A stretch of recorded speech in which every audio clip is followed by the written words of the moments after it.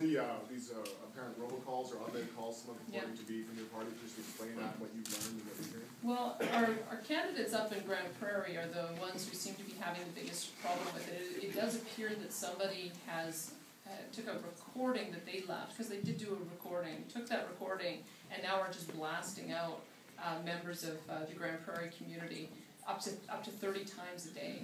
Some have received 7 or 8 phone calls, and they're coming within 2 hours. I can tell you that doesn't make any sense for our political party to bombard our supporters with that kind of nuisance. So we have deferred, our candidates have contacted the RCMP and we've registered a complaint with Elections Alberta.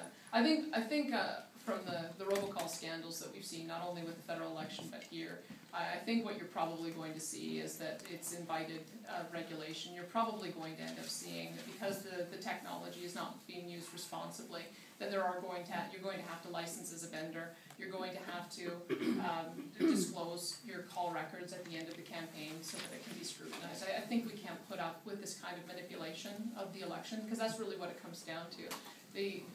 These technologies are very powerful technologies. They're very important technologies. We're using them ourselves for Get Out the Vote on Monday. We're also using them to do telephone town halls, and it's a fantastic technology. But it's an incredibly destructive technology when it's being used to give misinformation to voters, when it's being used to manipulate voter impressions of a party using incorrect information, and when it's being used to suppress voters. So I take that very seriously, and after the election I would certainly talk to Prime Minister Harper about whether or not there does need to be some regulation on this technology, because it just simply should not be used to impact the outcome of elections. Just so I can clarify, so it's a call that would have been made anyway by candidates, someone dubbed it, and is bombarding the same people over and over again. Is it your sense that it's a competitor?